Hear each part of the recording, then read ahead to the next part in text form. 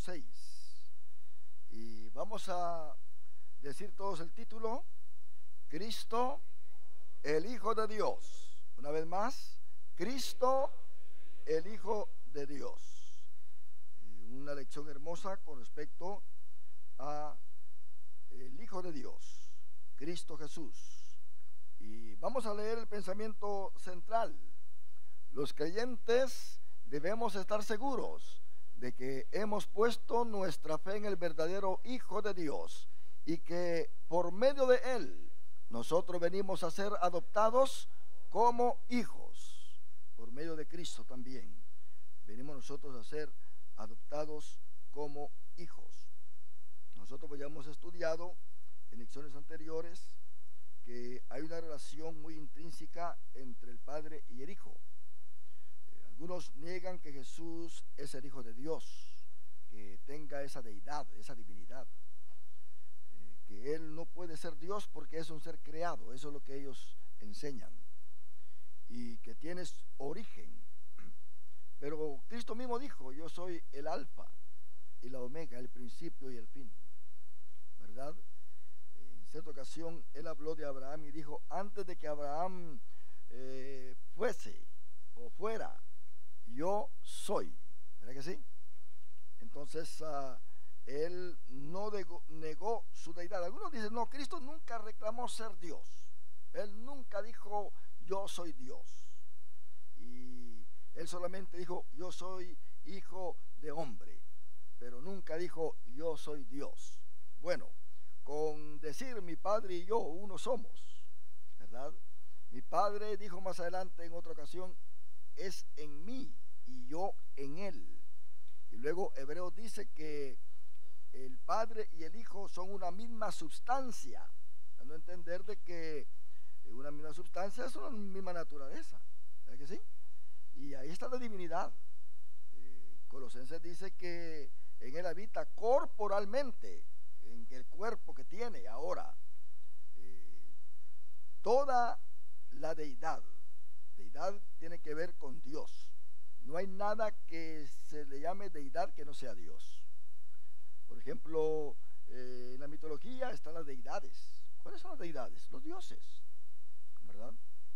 Entonces hay una relación de unicidad entre el Padre y el Hijo, como también con el Espíritu Santo. Algunos dicen que la Trinidad no existe porque pues no hay tres dioses, sino uno solamente. Y nosotros creemos así, en un solo Dios. Pero la creación de Dios misma manifiesta lo que Dios es. Por ejemplo, pensemos nosotros en la naturaleza, ¿verdad que sí? En cosas que son formadas por tres elementos. El ser humano, espíritu, alma y cuerpo, ¿verdad que sí? El sol, ya lo dije la otra vez. Tenemos el orbe, tenemos la luz y tenemos el calor. Por lo tanto, hermano, no podemos nosotros negar de que una sola cosa puede estar formada por tres elementos y que ningún elemento puede subsistir separado uno del otro. Pensemos en el triángulo. Pensemos en el triángulo, ¿verdad que sí?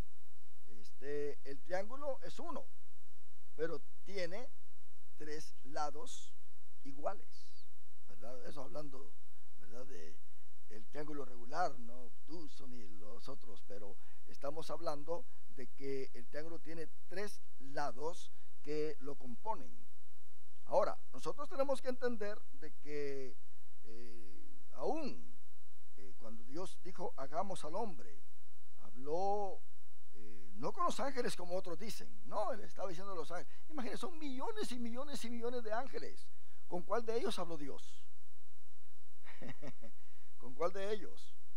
¿Será que habló con el arcángel o con los serafines, con los querubines? Él habló consigo mismo, como nosotros podemos tener un soliloquio, coloquio, ¿verdad?, entre nosotros, ¿verdad? ¿Por qué? Porque podemos platicar con nosotros mismos. Mire lo que, bueno, quise decir soliloquio, hombre. Mire lo que dice David en el Salmo 103, ¿verdad? Bendice, alma mía, a Jehová. ¿A quién está hablando? ¿Al otra alma que está por allá? Se está hablando al mismo, ¿verdad? ¿Quién es el que está hablando? El Espíritu. El Espíritu le está diciendo al alma: bendice, alma mía, a Jehová, y bendiga todo mi ser. ¿Cuál es el ser? ¿Qué dice Pablo? Bendiga a Dios todo vuestro ser, espíritu, alma y cuerpo. La Biblia se tiene que interpretar con la misma Biblia, no por lo que diga aquel barbudo por allá, ¿verdad? Bueno, perdonen aquí los barbudos. Me estoy refiriendo a los rabís. Hay un rabí que está diciendo esto, y como tiene una gran barbota y según la barba es señal de inteligencia, dicen ellos. Eso es allá, pero aquí es diferente, ¿verdad? Por eso tenemos que entender de que lo que ellos dicen realmente no vale. No puede venir en contra de la palabra de Dios, porque está la interpretación bíblica a través de los pasajes paralelos. ¿Qué quiere decir esto? Cuando dice David, y bendiga todo mi ser, entonces nos vamos a buscar otro pasaje, a ver si hay algo que hable sobre el ser. Entonces encontramos que Pablo dice ahí en Tesalonicenses: y bendiga a Dios todo vuestro ser, espíritu, alma y cuerpo. Entonces ya nos damos cuenta, ¿verdad que sí? Ahora, si nos vamos ahí a Hebreos, nosotros podemos entender muy bien que en Hebreos 4:12 hay un pasaje que nos da a entender también de lo que es esas tres composiciones que forman el ser. Hebreos 4:12 dice así la palabra del Señor: porque la palabra de Dios es viva y eficaz, ¿verdad?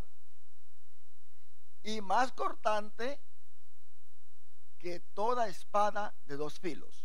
Ahora, note bien: y penetra hasta partir el alma y el espíritu. Algunos dicen: no, el espíritu es el alma y el alma es el espíritu. Lo que se va al infierno de un pecador es el alma, y el espíritu se va al cielo. No. Las dos cosas son inseparables, porque la mente del espíritu, ¿cuál es? El alma. ¿Se da cuenta? Por eso el hombre rico pudo recordar, pudo tener conciencia de lo que vivió allá en la tierra. Se recordó de sus hermanos. ¿Se da cuenta? Se recordó de ellos. Y dice: y penetra hasta partir el alma y el espíritu. ¿Verdad que sí? Entonces tenemos ahí el alma y el espíritu.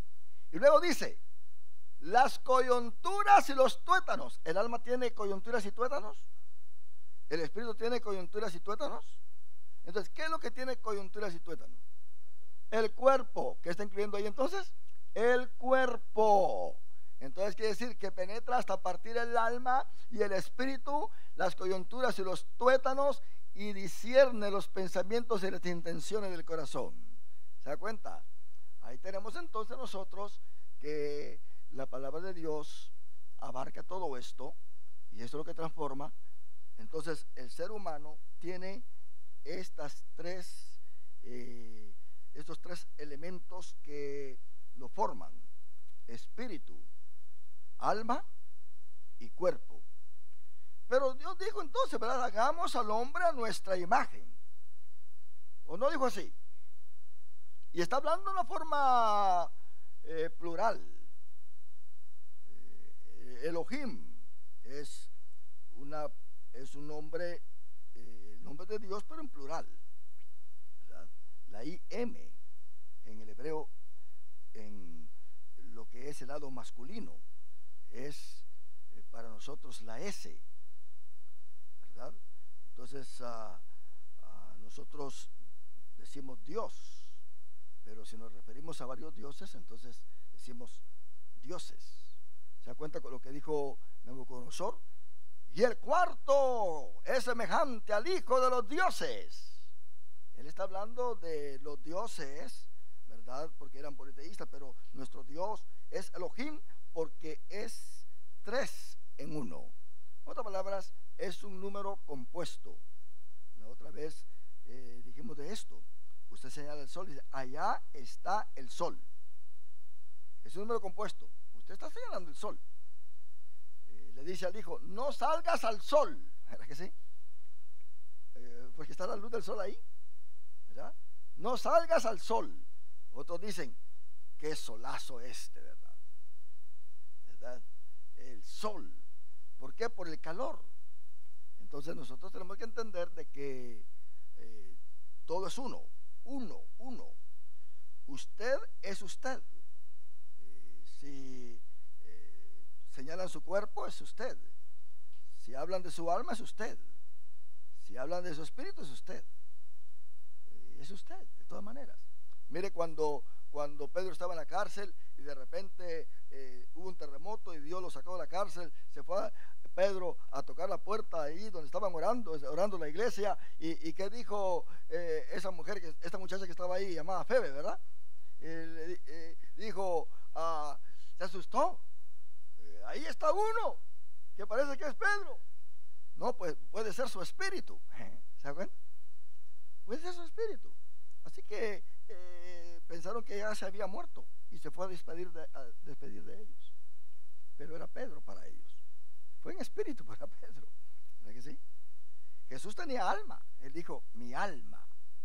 ¿Verdad? Mi alma. Otra vez dijo, orad, porque el espíritu a la verdad está dispuesto. ¿Verdad? Mencionó el espíritu, mencionó el alma y mencionó el cuerpo. Entonces tenemos que entender estas cosas nosotros. Algunos creen que solamente es cuerpo y alma y punto, porque el alma es lo mismo que el espíritu, pero no es así. La Biblia no se puede contradecir a sí misma. Nos está diciendo que hay espíritu, alma y cuerpo, punto. Ahora, nosotros tenemos que entender de que esta relación que hay entre Cristo y el Padre, lo que está en pleito es la naturaleza de Jesús, la naturaleza. Y debido a esto, hermanos, se despertaron muchas herejías. Una herejía es algo que viene en contra de lo que es la doctrina establecida en la Biblia, negando la fe, negando en sí lo que es la interpretación correcta de la Biblia. Entonces nosotros tenemos que entender que el apóstol Pablo dijo que muchas veces es necesario que haya esto para que se compruebe quiénes son los que están aprobados dentro de la iglesia. Ahí en 2 Corintios 11, 19 nosotros tenemos a Pablo hablando, o 1 Corintios 11, 19, tenemos nosotros al apóstol Pablo hablando que es necesario que hayan muchas veces contiendas, disensiones entre vosotros, dice, para que se hagan manifiestos entre vosotros los que son aprobados. Quiere decir que muchas veces es bueno que hayan estas cosas para que sepamos quiénes son los que tienen raíz y quiénes no tienen raíz, quiénes son los convencidos y quiénes no son los convencidos. Entonces vienen con herejías de que ya no hay que cumplir con nuestras responsabilidades dentro de la iglesia, que ya no hay que estar apoyando la obra del Señor, vienen en contra de ofrendas, de diezmos. Esas son herejías que se enseñan en la iglesia. Y muchas veces dice Pablo, es bueno que esto acontezca para que se manifiesten los que son aprobados. Eso es todo. No es para que alguien más se glorifique sobre el otro, sino para que se manifiesten aquellos que son aprobados. Ahora, ¿aprobados por quién? Aprobados por Dios. Es todo. Entonces nosotros tenemos que entender todo esto. En aquel tiempo, en los siglos segundo, tercero y aún en el primer siglo, se levantaron hombres en contra de la sana doctrina, negando la deidad de Cristo, negando que Jesús no es el Hijo de Dios. Juan, en su primera carta, él amonesta a los cristianos a que puedan discernir los espíritus si son de Dios, porque dice que el espíritu del anticristo ya está en acción. Imagínense qué tremendo. Y él dice que discernamos, que examinemos los espíritus, porque el que esté negando al Hijo está negando al Padre. Porque lo que pasa con esta gente es que adora al Padre, mas sin embargo niega al Hijo. ¿Cómo va a ser eso? Cristo dijo que sin Él nadie puede llegar al Padre. Él es el camino, la verdad y la vida. Se quieren glorificar en sus obras. Quieren decir, no, nosotros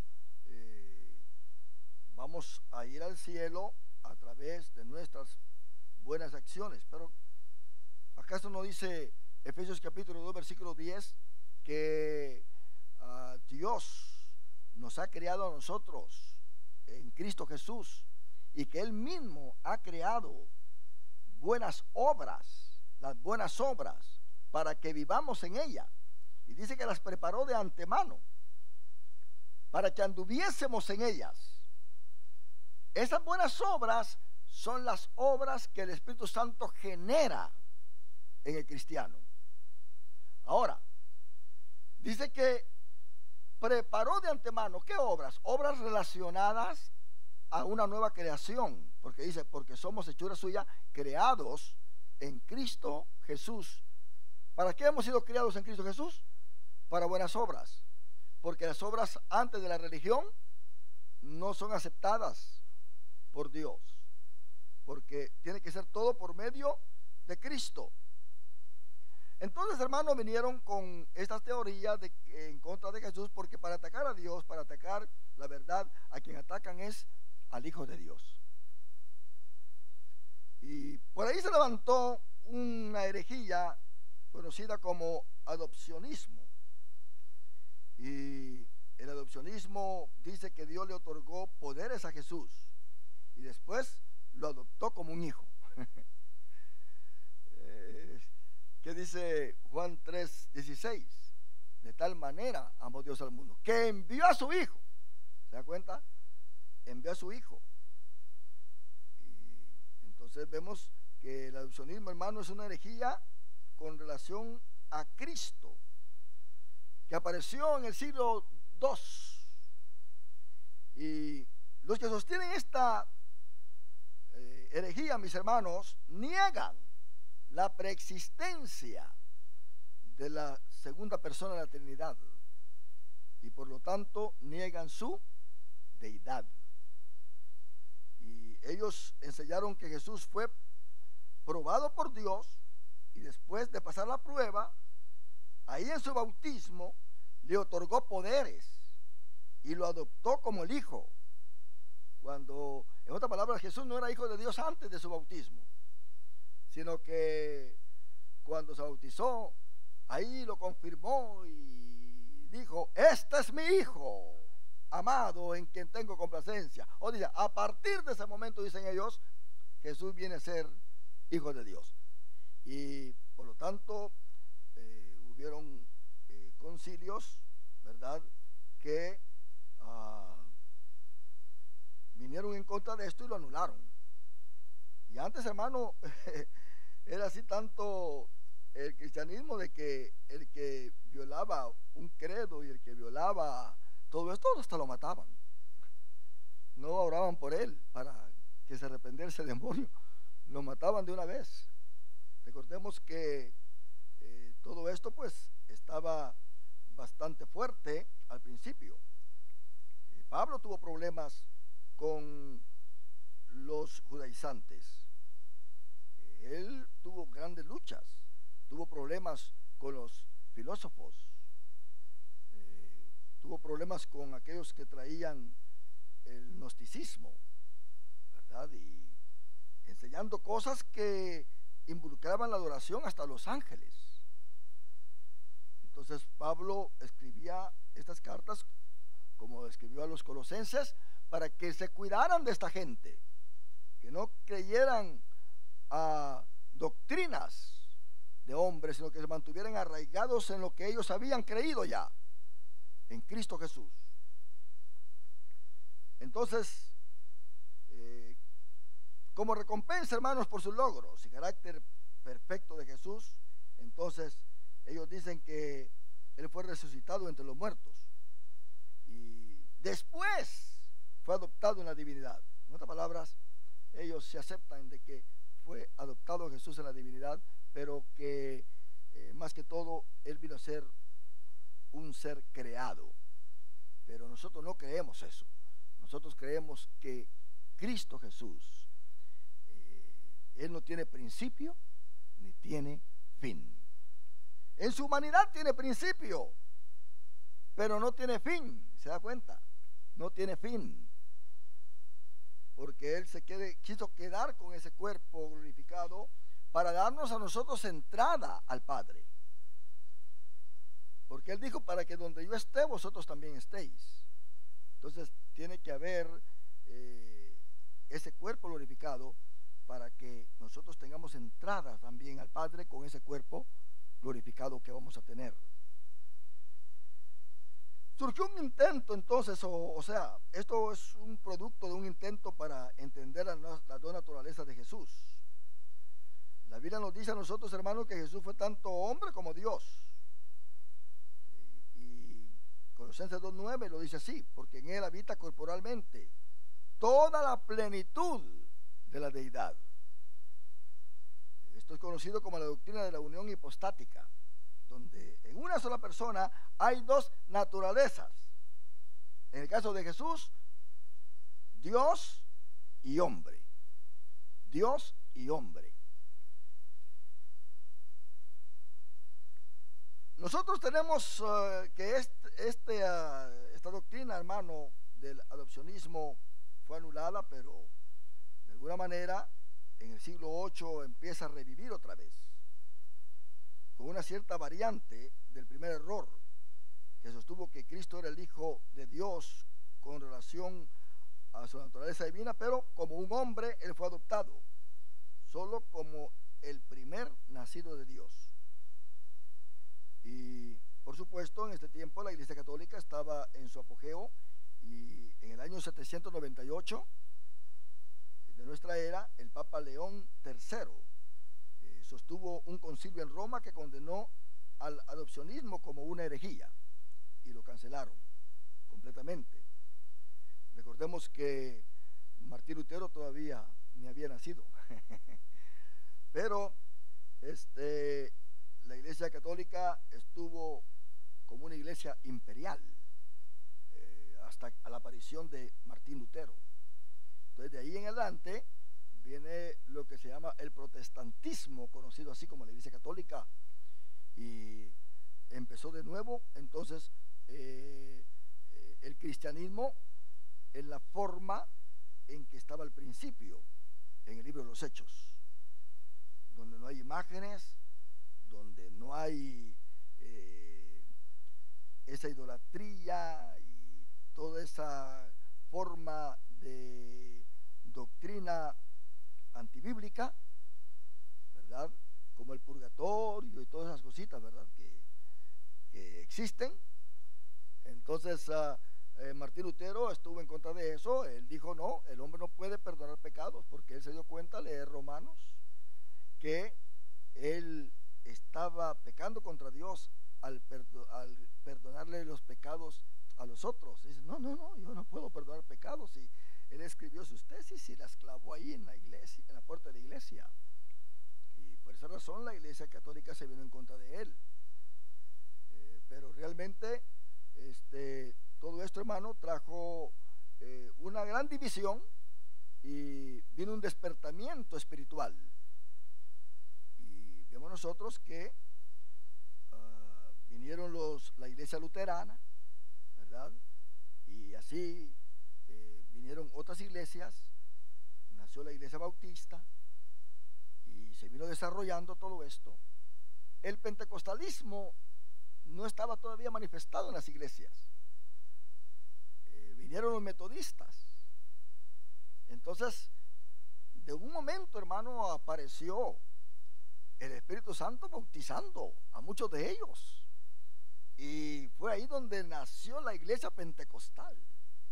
Aquí en los Estados Unidos, la iglesia que trajo el pentecostalismo, donde se derramó el Espíritu Santo, es la iglesia que hoy se conoce como la Iglesia de Dios Evangelio Completo, que fue la primera que manifestó en sí, donde se manifestó el poder del Espíritu Santo.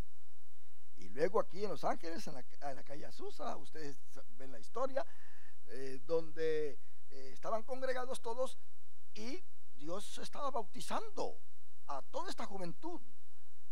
Toda esta iglesia estaba siendo bautizada y como oían de eso, llegaban a visitar, y todos los que estaban ahí, pues la historia dice que tenían un cuartito aparte para los que querían ser bautizados con el Espíritu Santo. Y les preguntaban: ¿usted quiere ser bautizado con el Espíritu Santo? Sí, a eso vengo. Dicen que aquí está la señal de Hechos capítulo 2 y yo quiero participar de esto. Pues véngase. Y lo metían al cuarto y habían hombres consagrados ahí, llenos del poder de Dios, y les ponían las manos y eran bautizados con el Espíritu Santo. Y hermano, todo cristiano empezó entonces a entender que el Espíritu Santo seguía bautizando con la señal de nuevas lenguas. Hoy en día, pues, las iglesias ya están opacando todo esto. Los ministros ya no predican, no están interesados en que la iglesia esté bajo la unción del bautismo del Espíritu Santo. Esto tiene que ser así. Por eso aquí recalcamos de que el que no tenga el bautismo del Espíritu Santo, que se lo pida a Dios y le diga: Señor, bautízame. Porque si usted en verdad es salvo, tiene que ser bautizado con el Espíritu Santo. Recuerde que en el libro de los Hechos, cuando alguien era salvo, ¿cuál era el siguiente paso? El bautismo con el Espíritu Santo. Pedro estaba predicando allá en la casa de Cornelio y aquellos fueron compungidos por la palabra. ¿Y qué hizo Dios? Los bautizó con el Espíritu Santo. ¿Pedro hizo algo? No, él solamente estaba predicando la palabra. Felipe se fue a predicar a Samaria y como él no era apóstol, sino que era solamente un diácono de la iglesia, él lo único que hizo fue bautizar en agua a los convertidos. Pero luego él llamó, respetando en sí el apostolado de ese entonces, llamó a Pedro y a Juan para que llegaran y ministraran a los que ya estaban bautizados. Y dice la Biblia que Pedro y Juan imponían las manos sobre todos aquellos que ya estaban bautizados y eran bautizados con el Espíritu Santo. Pablo se encontró 12 seguidores de Juan el Bautista en Éfeso y les dijo: ustedes ya recibieron el Espíritu Santo. Y ellos le dijeron: ni siquiera sabemos si hay Espíritu Santo. No había doctrina con ellos. Y Pablo les dijo: bueno, ¿con qué bautismo ustedes fueron bautizados? Pues con el bautismo de Juan. Y dijo: Juan vino bautizando con el bautismo de arrepentimiento. Pero vamos a orar por ustedes en este momento para que reciban. Yo creo que Pablo les dio una cátedra, ¿verdad?, con respecto a lo que es el Espíritu Santo. Luego les impuso las manos. ¿Y qué sucedió? Recibieron todos el bautismo del Espíritu Santo, hablando en nuevas lenguas. Entonces, hermano, no podemos nosotros negar que el Espíritu Santo hasta el día de hoy sigue bautizando. Y esto es, hermano, producto del ministerio de Cristo, porque Él dijo: yo me voy, pero enviaré al Consolador. Esa es una otra señal fuerte de que Jesús es el Hijo de Dios. porque el Espíritu Santo lo está respaldando como hijo de Dios, como Dios. Y esto es hermoso saberlo. Ahora, los albigenses, ellos creen en la reencarnación y creen en dos dioses. Creen en un Dios bueno y en otro Dios malo. ¿Cuál de los dos es el bueno y cuál es el malo entonces? Y ellos enseñaban también que Jesús era Dios, pero que solo apareció como hombre mientras estaba en la tierra. Según sus enseñanzas, la Iglesia Católica de la época era corrupta y por su exceso de poder y bienestar económico. Entonces el ascetismo y la humildad que los caracterizaba, comparada, dice, a la gran riqueza de los clérigos, ayudaron a traer a muchos convertidos a este movimiento evangelístico. Predicaban cosas buenas, mas sin embargo ellos enseñaban de que se tenía que hacer sufrir la carne. Ellos practicaban el ascetismo. El ascetismo dice: no goces de nada de esta tierra, no ames tanto a tus familiares, porque el día que tú los ames y se mueran vas a sufrir. No ames tanto a tu esposa, a tu hijo, no ames tanto. Tú solamente vive con ellos, pero no te intereses tanto en ellos, sé humilde. ¿Verdad? Y mucha gente le gustó esto. Entonces, hasta el día de hoy, quizá en algunas iglesias enseñan que a la carne hay que hacerla sufrir para que el espíritu sea grande en uno, sea poderoso. Y yo les pregunto a ustedes, ¿será cierto eso? El apóstol Pablo enseña sobre esta doctrina. Esta doctrina estaba siendo atacada ahí en Colosenses capítulo 2 por el apóstol Pablo. Y él dice en el versículo 4 del capítulo 2 de Colosenses: y esto lo digo para que nadie os engañe con palabras persuasivas. Luego en el versículo 6 y 7 dice: por tanto, de la manera que habéis recibido al Señor Jesucristo, andad en Él. ¿Cómo lo hemos recibido nosotros? Pues andemos en Él así, como lo hemos recibido. Arraigados, echando raíces, y sobreedificados en Él, y confirmados en la fe, así como habéis sido enseñados, abundando en acciones de gracias.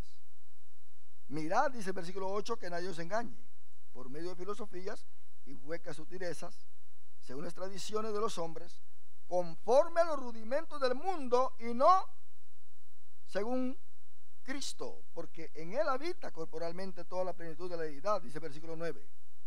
Y el 10 dice: y vosotros estáis completos en Él, que es la cabeza de todo principado y potestad. Entonces, en el versículo 18, él dice: nadie os prive de vuestro premio, afectando humildad. ¿Se da cuenta? En otras palabras, ya empieza un culto acá, como dice, y culto a los ángeles, entremetiéndose en lo que no ha visto, vanamente hinchado por su propia mente carnal. Este es el gnosticismo y una mezcla de todas estas filosofías griegas que quieren afectar la iglesia, y no haciéndose de la cabeza, en virtud de quien todo el cuerpo, nutriéndose y uniéndose por las coyunturas y ligamentos, crece en el crecimiento que da Dios. Pues si habéis muerto con Cristo en cuanto a los rudimentos del mundo, ¿por qué, como si vivieseis en el mundo, sometéis a preceptos tales como no manejes, ni gustes, ni aun toques? Esto es el ascetismo. No hagas nada de los deleites de este mundo. Concéntrate en el espíritu, dicen ellos. Haz sufrir la carne en conformidad al mandamiento y doctrina de hombre. Dice: cosas que todas se destruyen con el uso. Ahora, noten bien lo que dice el versículo 23. Tales cosas tienen a la verdad cierta reputación de sabiduría y en culto voluntario. En otras palabras, Pablo dice: hasta cierto punto es bueno, en humildad y en duro trato del cuerpo, hasta cierto punto, ¿verdad?, tiene cierta reputación pero no tiene valor alguno contra los apetitos de la carne. Deben entender, alguien está ayunando para no ser carnudo. Dice, ¿y por qué está ayunando usted? Es que yo pues quiero andar pensando en Dios y no en las mujeres. Me voy a ir a ayunar para matar la carne, dice. Esta carne la voy a hacer sufrir. Sufre carnita, dice. Entonces se va en ayuno y oración. ¿Pero qué sucede? ¿Eso le va a ayudar? No. No tiene valor alguno contra los apetitos de la carne, el hacer sufrir el cuerpo. Si por eso está ayunando, no va a tener ninguna ventaja. Pablo lo está diciendo ahí. Eso es ascetismo. Eso es ser uno masoquista. Tratar el cuerpo duro para que no desee o hacer morir los apetitos de la carne. Pablo da otros métodos especiales. Y el cuerpo, dice Pablo, es templo y morada del Espíritu Santo. Dice, y el que destruya este templo, también Dios lo va a destruir a él. Quiere decir que hay que cuidar las tres cosas: espíritu, alma y cuerpo. ¿Y qué dice Pablo? Y santifique Dios todo vuestro ser, espíritu, alma y cuerpo, que sean guardados irreprensiblemente. ¿Se da cuenta? ¿Qué quiere decir eso? Sin mancha. Los tres sin mancha. Usted como cristiano y como cristiana está llamado a guardar su cuerpo, no contaminarlo con la fornicación, con el adulterio, con la sensualidad, con cosas que manchan su espíritu y su alma y no le dan entrada al reino de los cielos. Usted tiene que respetar a Dios, tiene que amar a Dios, si es que Dios mora en su vida. Ahora, si no mora Dios, pues, ¿verdad? Alguien va a decir, bueno, yo no respeto a Dios, ni me respeto a mí mismo, ni respeto a mis familiares, ni respeto a nadie. Yo voy a hacer lo que yo quiera. Pero si Dios está en su corazón, usted lo va a respetar, ¿verdad que sí? Claro que sí, lo va a venerar. Cristo está en usted. El apolinarismo, es una herejía que se levantó diciendo que la voluntad divina de Jesús fue eclipsada y reemplazada por la humana. El apolinarismo fue la herejía enseñada por Apolinario el joven, así le llamaban, obispo de la Odisea en Siria, alrededor del año 361. Es bueno que usted oiga y sepa acerca de estas herejías que aparecieron en estos años, en estos primeros siglos. Note bien lo que enseñó. Enseñó que el logos de Dios, o sea, el verbo de Dios, como dice aquí la lección, en el principio era el verbo, ¿verdad que sí? Y el verbo era con Dios y el verbo era Dios. Este era en el principio con Dios. La Biblia de los Testigos de Jehová dice, y el verbo era un Dios, lo separa del Dios verdadero, ¿verdad? Y el verbo era un Dios. Pero aquí dice, y el verbo era con Dios. Y luego dice, y el verbo era Dios. Habla del pasado. ¿Por qué? Porque Juan está hablando de la historia de Jesús. Y por esa razón, él dice, este se encarnó y ahora está ahí en el cielo. Entonces, ese verbo, en el principio ya era Dios. Y acá se encarnó y regresó. Entonces, le da el poder que solamente se puede aplicar a Dios. Dice que todas las cosas fueron por él hechas. ¿Acaso no es Dios el que hace todas las cosas? ¿Y por qué dice que el verbo, que Jesús hizo todas las cosas? Porque él es Dios. Juan presenta a Jesús como Dios hombre. Por esa razón habla de esta manera. Todas las cosas fueron por él hechas, y sin él nada de lo que ha sido hecho fue hecho sin él. ¿Se da cuenta? En él estaba la vida y la vida era la luz de los hombres. Ese es Cristo. Entonces, Apolinario dice que la voluntad divina de Jesús fue eclipsada y reemplazada por la humana. enseñó que el Logos de Dios, el cual se convirtió en la naturaleza divina de Cristo, tomó el lugar de su alma humana racional. Su cuerpo fue como una forma glorificada de la naturaleza humana. En otras palabras, aun cuando Jesús era un hombre, él no tenía una mente humana. Note bien lo que dice esta doctrina. Por eso hay que ponerle mucha atención, porque muchas veces si no se le pone mucha atención, uno puede decirle sí, ¿verdad? Él no tenía una mente humana. ¿Creen ustedes que Jesús no tenía una mente humana? ¿Qué dicen ustedes? ¿Se sentía el triste? ¿Verdad que sí? ¿Lloraba él? ¿Sentía dolor por los enfermos que estaban ahí? ¿Se cansaba? ¿Verdad que sí? ¿Se escondía de los que le querían hacer rey? Él pensaba como un humano. Entonces ellos dicen que él no tenía una mente humana, pero su mente era exclusivamente divina. En esta cosa aquí hay que saberlo interpretar, porque cuando él dice que su mente era exclusivamente divina, está anulando la mente humana. Pero Jesús tenía tanto la mente humana como la mente divina. ¿Se da cuenta? Como la mente divina. Él era todo un hombre. Como hombre, él pensaba como hombre, actuaba como hombre, pero como Dios. Así. Ahora, ¿por qué razón Jesús hacía esto? Lo que sucede es que Jesús no se despojó de su divinidad, no se despojó de su esencia. Él, a través de su cuerpo, vino y limitó aquello que era divino en él para poder convivir con el hombre. Pensemos, lo primero que él opacó fue su gloria, ¿verdad que sí? ¿Cómo lo vio Juan en Apocalipsis capítulo 1? ¿Cómo se le apareció a Pablo en el camino de Damasco? ¿Cómo se manifestó allí en el monte de la transfiguración? ¿En qué manera? ¿Cómo? ¿Se da cuenta? Si Jesús hubiera caminado de esa manera aquí en la tierra, el hombre no hubiera podido convivir con él. Él no hubiera podido comer con el hombre. Nadie, la mujer que tocó su manto no lo hubiera hecho. Él no podía haber sido crucificado de esa manera, porque todos lo hubieran adorado. Imagínense a un Cristo resplandeciente, pues ¿quién lo iba a rechazar?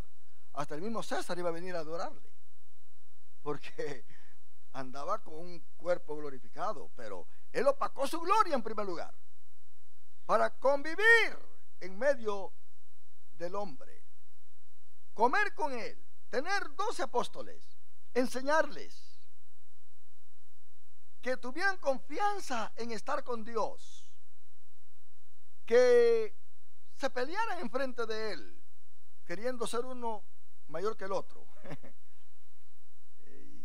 Todo esto, hermano, lo hizo voluntariamente. Él se subía a la barca para enseñar, pero también caminaba sobre las aguas. Él, en cierta ocasión, cuando la mujer del flujo de sangre lo tocó, él dijo: ¿quién me ha tocado? Y le dijeron los apóstoles: maestro, ¿estás un poquito loquito? ¿Qué pasa? Aquí todos te estamos apretando, la gente se está apretando, y tú preguntas: ¿quién me ha tocado? Y dice Marcos que volteaba a ver para todos lados. ¿Quién me ha tocado? ¿Verdad? Y él dijo: no, alguien me ha tocado, porque virtud salió de mí. Qué tremendo, ¿verdad? Entonces él sintió, dando a entender, hermano, que cuánta gente no tocó a los profetas y apóstoles y cuánta cosa, y Dios tenía que actuar por medio de ellos, pero como Jesús es Dios, automáticamente él repelía toda contaminación que llegara a su cuerpo. Entonces él sintió que algo lo quiso contaminar, y el poder de él rechazó esa contaminación, y al mismo tiempo sanó a la mujer. ¿Se da cuenta? Bueno, tenemos entonces acá a Jesús que no sabe quién lo tocó. Y la mujer se le aparece y le dice: yo fui quien te tocó. Y alabó la fe de esa mujer. Pero más tarde dice Juan que a él nadie lo podía engañar, porque él conocía los pensamientos de los que estaban a su alrededor. Él conocía muy bien la mente, lo que la gente estaba pensando.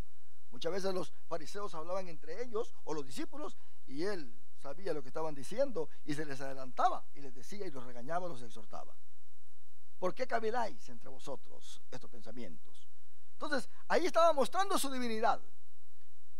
Tomemos en cuenta que Jesús no pudo ejercer su omnipresencia como Dios. Se limitó en su cuerpo y él tenía que viajar, ¿verdad que sí? Tenía que viajar. Pero su omnisciencia no la limitó, ni su omnipotencia. Omni en griego quiere decir todo, ¿verdad? Todo.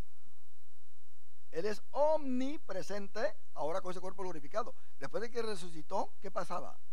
Aparecía y desaparecía. ¿Verdad que sí? Estaban los apóstoles ahí y se les aparecía en medio. Pasa a vosotros, decía. Y empezaba a hablarles.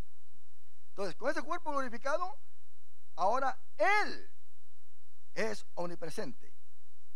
Y luego, hermano, vemos nosotros que es Dios, porque cuando se fue al cielo, nadie le puso un traje de astronauta para que no se ahogara allá en el vacío.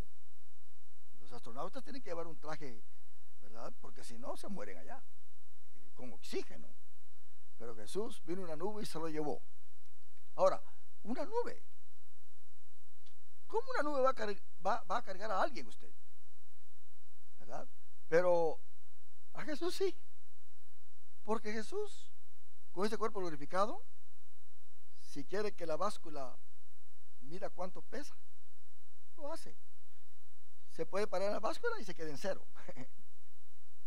Es que ese es el cuerpo de Cristo Jesús. ¿Se da cuenta que esta clase de cuerpo vamos a tener nosotros también?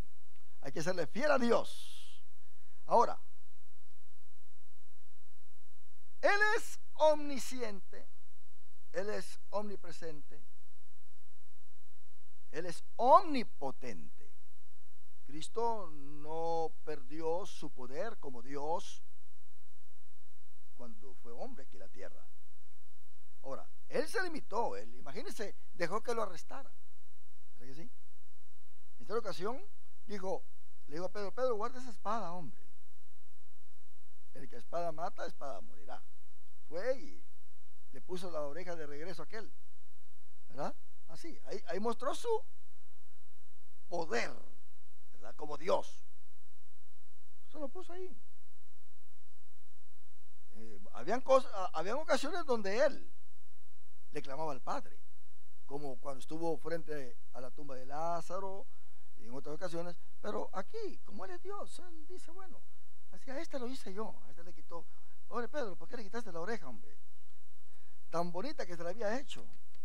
Y se la pone de regreso. ¡Pum! Ahí está tu oreja. Ya no llores. Quedó como que sin nada, ¿verdad? Y luego dijo: Pedro, ¿no sabes tú que si yo quiero, le pido a mi Padre que mande legiones de ángeles y él los manda? ¿Se da cuenta? Él está mostrando ahí su sometimiento al Padre. Pero él pudo haberle dicho a los ángeles: vengan para acá y ayúdenme. Y los ángeles van. Así que él voluntariamente se sometió al Padre. Ahí en el monte Getsemaní, él dice: Padre, si quieres que pase de mí esta copa, pero que no se haga mi voluntad, sino la tuya. Ahora, yo quiero aclarar esto. La interpretación que se da a este pasaje por muchos predicadores, para mí no es la correcta, porque relacionan esta agonía de Cristo, y cuando él dice: si es tu voluntad que pase de mí esta copa, ellos interpretan de que está hablando Jesús de que no quiere llegar a la cruz, porque Jesús tiene miedo de llegar a la cruz. Eso no es así. Lo que pasa es que Jesús, Juan dice que estaba sudando como gotas de sangre. En otras palabras, todo lo que estaba dentro por la presión, no te ven que es Dios. Jesús está pagando por algo que no hizo, y todos sus órganos por dentro ya estaban reventados. Su corazón ya estaba reventado, pero él no podía morir, porque él no viene de la descendencia de Adán. ¿Se da cuenta? La muerte no tenía potestad sobre él. Por eso él dijo: a mí nadie me quita la vida, sino que yo la doy por rescate de muchos. Entonces él no podía morir aunque su corazón estuviera ya sin función. Él no podía morir porque él no había pecado a la forma de Adán. Dice la Biblia que por cuanto todos pecaron, la muerte pasó a todos los hombres, por cuanto todos pecaron. Pero Jesús era sin pecado, así que la muerte no tenía potestad sobre él. Entonces él, como humano, se sintió débil. Como humano se sintió que ya no podía, y que quizás no iba a poder llegar a la cruz. Él quería, oiga bien, él quería llegar a la cruz, y pensó que en ese momento ya no podía, y él le llamó a eso copa, sufrimiento. Y cuando pensó en nosotros, cuando pensó: si yo no llego a la cruz, entonces el diablo los agarra a todos. Y él clamó al Padre, dijo: Padre, si tú quieres que ahora mismo me muera, yo no quiero eso, pero que se haga tu voluntad y no la mía, porque yo quiero llegar a la cruz. Y déjeme decirle que Jesús se sometió al Padre y le dijo: que no se haga mi voluntad, sino la tuya. ¿Y qué hizo el Padre? ¿Qué hizo el Padre? Le envió ángeles para que lo sostuvieran humanamente. ¿Se da cuenta? De tal manera que cuando Cristo fue arrestado, cuando Judas le dio el beso, cuando Cristo fue llevado al pretorio para ser juzgado, él humanamente ya estaba muerto. Y todavía los romanos lo agarraron y le dieron, lo golpearon, lo tiraron, lo escupieron, lo vetearon. Cristo humanamente ha sufrido como ningún ser humano ha sufrido y ni sufrirá en esta tierra. Y así como estaba por dentro ya destruido, empezaron a destruir lo que estaba fuera de él. Y todavía, note bien, hay que entender por qué la Biblia dice las cosas. Lo llevaron burlándose de él, vistiéndole con un manto blanco y de púrpura, hablándole y gritándole: rey de los judíos, en una forma sarcástica. Y dice la Biblia que cuando llevaba la cruz ya no podía. Llegó el momento que ya no podía. Las mujeres lloraban, pero todavía tuvo aliento de decirle: mujeres, no lloren por mí, lloren por vuestros hijos.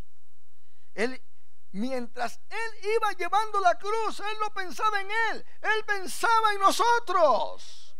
Déjeme decirle que Jesús, como Dios, todavía se le presentó un cuadro viéndonos a nosotros así como estamos acá, y eso le daba valor para seguir adelante llevando la cruz. Y cuando él iba, caía y ya no podía, y dice la Biblia que tomaron a uno de ellos para que lo ayudara a llevar la cruz. Llegó el momento en que Jesús ya no pudo llevar solo la cruz. Oiga bien, ya no pudo llevar solo esa cruz. Y llegó al Calvario y todavía lo acostaron en la cruz. El hombre no tiene piedad, mi hermano. Si usted anda buscando misericordia en el hombre, usted está engañado. si usted anda buscando misericordia, aún el que duerme a su lado, usted está engañado. Usted está engañada si lo hace así. No podemos nosotros confiar en el hombre. Dice David: el hombre en quien yo confiaba alzó contra mí su calcañar. No te sientas ofendido si tu mejor amigo te deja, te traiciona. Mira lo que hicieron con Jesús. Mira lo que hicieron con Jesús. Lo miraban ya moribundo, sangrando, con la cara hinchada. Todo totalmente, hermano. Déjeme decirle que Jesús tuvo razón de decir en la cruz: Padre, perdónalos, porque no saben lo que hacen. Porque Él pudo sentir que Dios venía con toda su ira a destruir a toda esta gente. Pero Él pudo clamar a Dios por ellos. Lo clavaron. Usted sabe lo que sufre un crucificado. Le metieron clavos en sus pies, de tal manera que cuando estaba crucificado, cuando él bajaba, automáticamente su sistema nervioso se tensaba en él y provocaba dolor de cabeza fuerte y en todo su cuerpo, y se sentía que se paralizaba. Y cuando estaba en esa condición, lo que hace el crucificado es levantarse para poderse amortiguar un poco. Pero cuando se levanta, los pies los tiene clavados.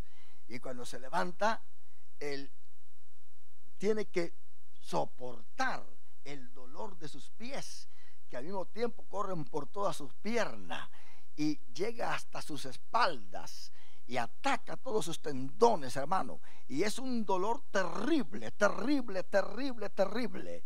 Y nota bien que Josefo dice que un crucificado lo menos que tarda para morir son 35 horas. Otros tardan días. Y que las aves de los cielos vienen cuando los crucifican así en el desierto, como hacía Roma, y se los comían vivos. Qué tremendo. Ahora, cuando Jesús está crucificado, él puede levantarse, pero como venía la Pascua, Pilato, le dijeron a Pilato: este hombre tiene que estar muerto antes de que venga el sábado. No podía estar agarrando el cuerpo muerto en el día sábado. Tenía que ser antes de que llegara el sábado. Y para que un crucificado se muriera rápido, venían y le quebraban el fémur, ese hueso, para que cuando estuviese acá se apretara toda su garganta, y como tenía los fémurs quebrados, no se podía levantar. ¿Se da cuenta? No se podía levantar y moría rápido. Entonces mandó a que se le quebraran los huesos a los tres que estaban ahí. Quebraron al primero, al segundo, le quebraron los huesos. Pero dice la Biblia que cuando llegaron con Jesús, no hubo necesidad de quebrarle los huesos, porque ya estaba muerto. ¿Se da cuenta? Y oiga bien, vamos a leer este pasaje para que usted se dé cuenta. Ahí en San Marcos. Para que yo estoy hablando esto para que usted sepa que como humano él pasó todo esto, pero en medio de todo Dios estaba ahí presente. ¿Por qué? Porque él no podía morir. Luego él entregó su espíritu antes de que le quebraran los huesos. Él ordenó a su espíritu, le dijo: sal de mí, sal. Y dice la Biblia de que, como el salmista había profetizado, que ninguno de sus huesos sería quebrado. ¿Se da cuenta? Ahora, leamos a Marcos capítulo 15, versículo 42.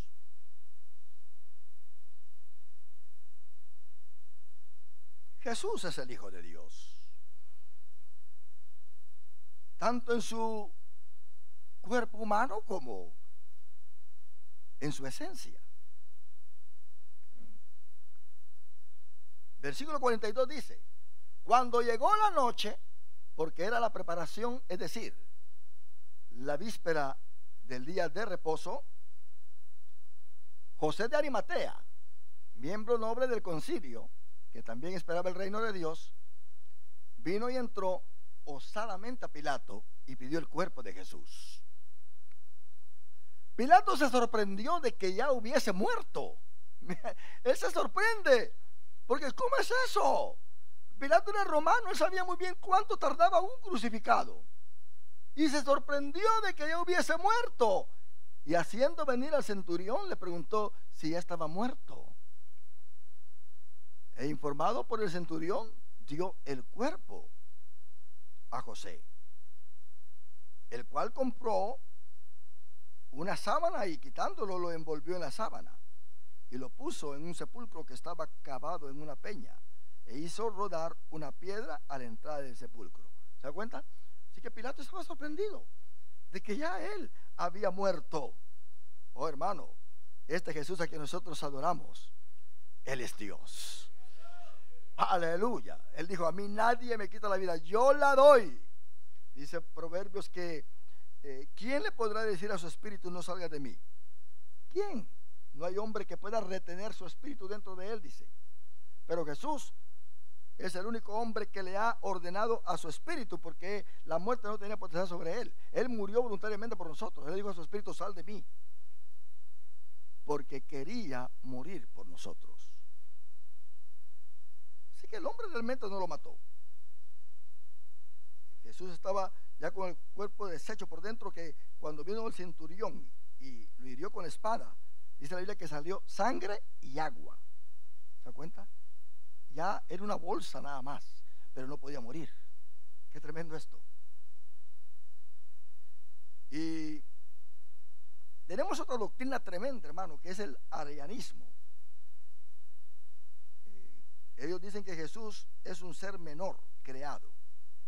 El arianismo se desarrolló alrededor del año 320 en Alejandría, en Egipto, con relación a la persona de Cristo, y es llamado así por Ario de Alejandría, el cual, y debido a su enseñanza doctrinal, fue mandado al exilio en el año 325, después del primer concilio ecuménico de Nicea, el cual condenó la enseñanza de Ario. Esta fue la herejía más grande dentro de la iglesia temprana, que desarrolló un significativo seguimiento, el cual casi domina la iglesia. Ahora, ¿quién es Ario? Uno que trajo esta doctrina, que cree en los testigos de Jehová. En otras palabras, Ario ha revivido en la doctrina de los testigos de Jehová. Y Ario en ese tiempo dominó bastante con su doctrina, que casi dice acá que domina la iglesia con esta doctrina bíblica. Y ahora pensemos nosotros en los testigos: ¿cuántos han caído en sus garras y no creen que Jesús es Dios? Démosle gracias a Dios que por ese hombre, esa mujer que se adelantó al testigo de Jehová para venir a evangelizarnos a nosotros, para traernos ese tratado, ¿verdad que sí? Porque ¿qué tal si usted hubiera agarrado primero la atalaya? Hubiera quedado atalayado. Qué tremendo eso, ¿verdad? Ario, hermano, enseñó que solo Dios el Padre era eterno y demasiado puro e infinito para aparecer en la tierra. Por lo tanto, Dios produjo a Cristo, el Hijo de la nada. O sea, lo hizo de la nada, como una grande creación. El Hijo a su vez creó el universo, pero Él es creado. Debido a la relación del Hijo con el Padre, en cuanto se refiere a la naturaleza, el Hijo es adoptado por Dios. Aunque Cristo era una creación, tenía una gran posición y autoridad. Él estaba para ser adorado y aún para ser mirado como a Dios, pero sin ser Dios. Quiere decir que un testigo puede adorar a Jesús, pero no cree que es Dios, simplemente porque el Padre dijo: adórenle a Él. No es Dios, pero adórenle. Eso no es así. Algunos arrianos sostienen aún que el Espíritu Santo era la primera y más grande creación del Hijo. Hasta el Espíritu Santo. Ellos no creen en el Espíritu Santo tampoco, dicen que es la fuerza activa de Jehová. No creen en el Espíritu Santo como persona.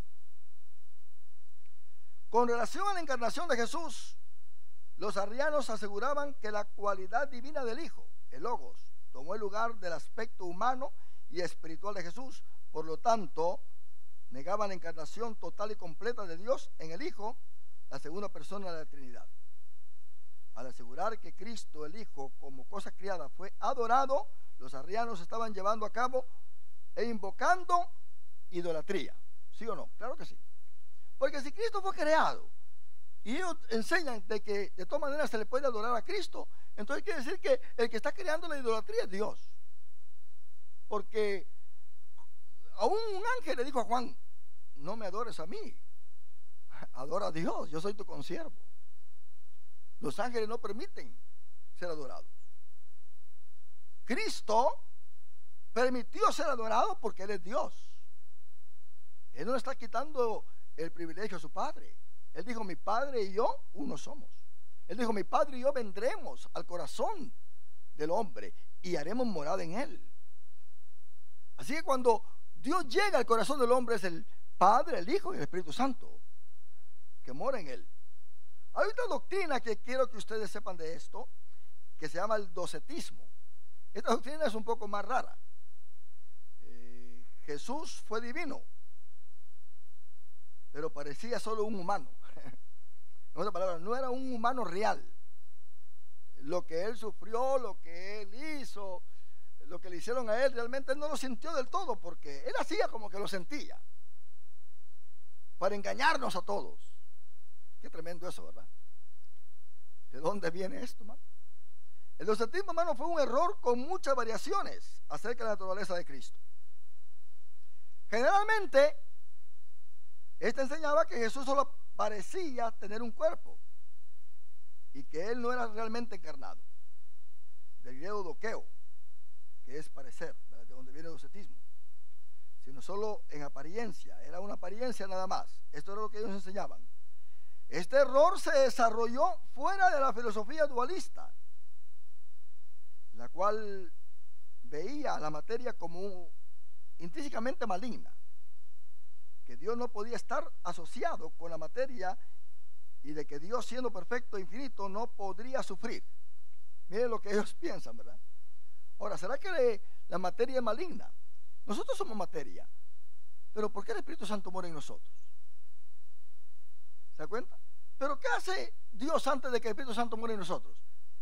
Nos lava con la sangre de Cristo Jesús. Nos purifica. Porque somos pecadores. Por lo tanto, Dios, como la palabra no podía haber venido en carne, de acuerdo a Juan capítulo 1, lo que nos ocupa en la lección, está en contra de esta interpretación, tal como nosotros lo hacemos, que dice que en el principio era la palabra o el verbo, y la palabra estaba con Dios y la palabra era Dios, y que la palabra se convirtió en carne y habitó entre los hombres, entre nosotros. Entonces, esta negación de la verdad o de la verdadera encarnación significaba que Jesús verdaderamente no sufrió en la cruz y que Él no se levantó de los muertos. Niegan entonces la resurrección de Cristo. El principio básico del docetismo, hermano, fue refutado por el apóstol Juan en 1 Juan capítulo 4, del versículo 2 al 3. Por esto conocen al Espíritu de Dios. Todo espíritu que confiesa que Jesucristo ha venido en carne es de Dios. ¿Se da cuenta? Juan lo está diciendo. Él está atacando el docetismo. Y luego dice que todo espíritu que no confiesa que Jesús no es Dios, y este es el espíritu del anticristo, el cual vosotros habéis oído que viene y que ahora ya está en el mundo. Entonces, el docetismo representa y es el espíritu del anticristo, negando la encarnación de Cristo Jesús. Ignacio de Antioquía e Irineo escribieron contra el error y el inicio del segundo siglo. Entonces, el docetismo fue condenado en el concilio de Calcedonia en el año 451. Y esto, hermano, pues entre otras herejías más, el donatismo, que realmente ellos están diciendo que Dios no es trino, pero que se manifiesta en tres formas y que nosotros estamos engañados, que Él se presenta como Padre en cierta ocasión, y luego se presenta como Hijo en otra ocasión, y luego se presenta como Espíritu Santo en otra ocasión. Dice, es el oficio de Dios, no es que sean tres, dice, en uno. Es como nosotros, dice, nosotros nos presentamos como adultos. Bueno, un niño, ¿verdad? Un niño. En lo que es la palabra pan, la P, padre. Un niño está jugando y hace el rol de padre. Ahí está cuidando a su muñequita y alimentándola, ¿verdad? La mami y el hijo pues jugando ahí con el rol de padre.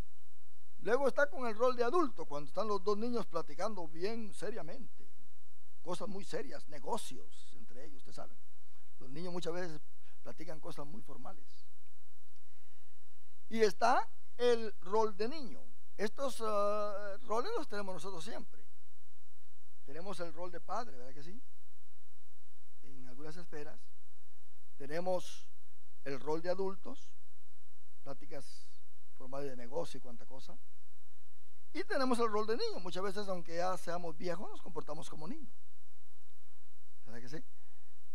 Ahí están mis nietecitas y yo me tiro con ellas a andar gateando también con ellas ahí. O sea, tenemos esos tres roles, ¿verdad? Eso es el donatismo. Ellos dicen que Dios es así, que se presenta en esa manera. El eutiquianismo, otro rol por ahí de Eutiques, en los años 378 hasta el 454, ¿verdad? El tiempo de la vida de él.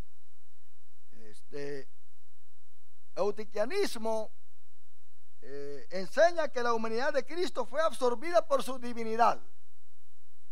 En otras palabras, Cristo no tiene cuerpo corporal ahora en el cielo, olvídense. Esto pues no es real. Cristo no tiene, en Él no habita corporalmente la divinidad. Nosotros tenemos que entender, hermano, que Cristo, después de su resurrección, comió con sus apóstoles. Lo tocaron, ¿verdad que sí?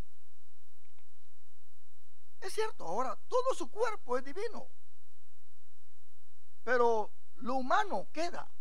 Después de que Él resucitó, todavía le enseñó las heridas a Tomás. Quiere decir que sus heridas las tiene todavía. Juan en Apocalipsis lo ve como el cordero inmolado. Y esto, hermano, es así. Ahora, nosotros sabemos lo que es el gnosticismo, el dualismo de lo bueno y lo malo, y el conocimiento especial para la salvación. En otras palabras, hay que tener conocimiento. El que no conoce no es salvo. En otras palabras, para ellos un tonto no se salva.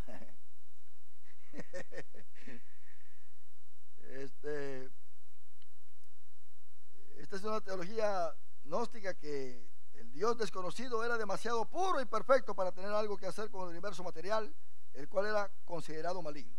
Por lo tanto, Dios generó divinidades menores y emanados.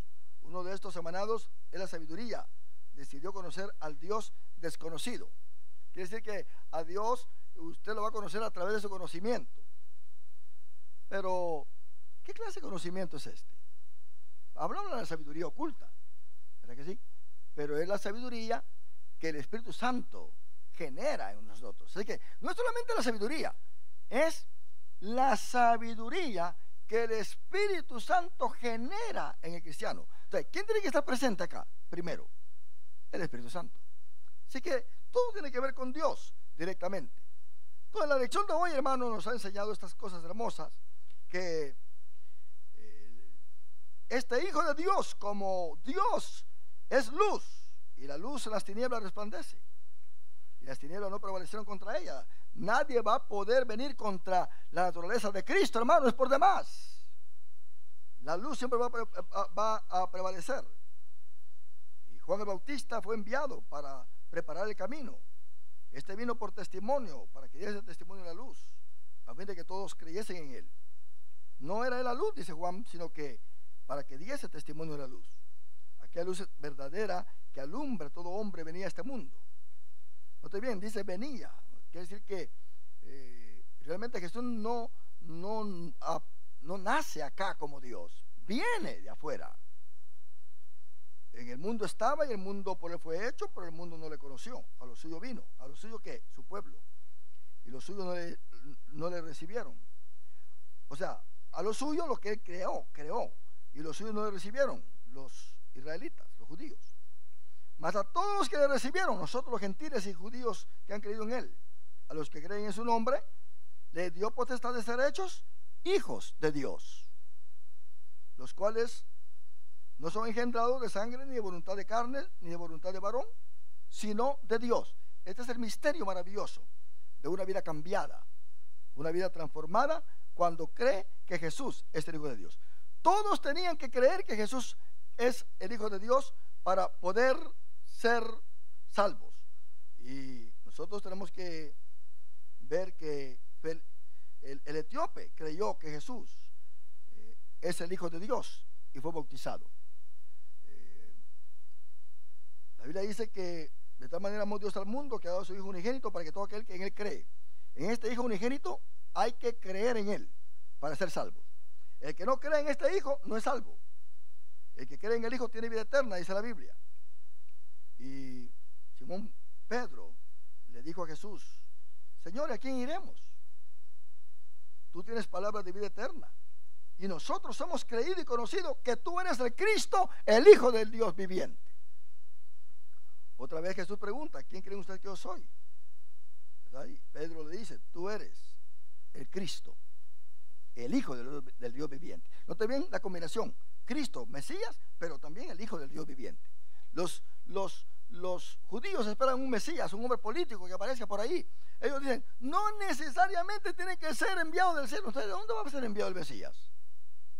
Ellos necesitan creer que es el Mesías Cristo Jesús, el Hijo de Dios. Muéstranos al Padre, le dijo Felipe, ¿verdad? A Jesús. Oyó Jesús que lo habían expulsado, y hallándolo le dijo también a uno de los que él había sanado, estaba ciego, y lo expulsaron de la sinagoga. Dice: y oyó Jesús que lo habían expulsado, y hallándole le dijo: ¿crees tú en el Hijo de Dios? Mira la pregunta que Jesús le dice. No le dice: ¿crees tú en el Mesías? No, le dijo: ¿crees tú en el Hijo de Dios? Respondió y le dijo: ¿quién es, Señor, para que crea en él? Dijo Jesús: pues lo has visto. Como ya le había abierto los ojos, dice: pues lo has visto, el que habla contigo, ese es. ¿Qué pasó con este hombre que estaba ciego? Dijo: creo, Señor. Se tiró al piso y lo adoró. ¿Se da cuenta? Porque es el Hijo de Dios. Marta confesó que Jesús es el Hijo de Dios, y todo aquel que vive y cree en mí, dijo Jesús, no morirá eternamente. ¿Crees esto, Marta? Le dijo: sí, Señor, yo he creído que tú eres el Cristo, el Hijo de Dios, que has venido al mundo. Y Felipe lo dijo de igual manera.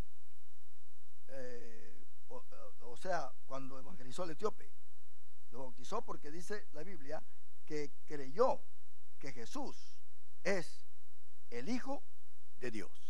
Por lo tanto, hermano, todo aquel que quiera ser salvo tiene que creer que Jesús es el Hijo de Dios. ¿Cuántos decimos un aleluya a todo esto, hermano?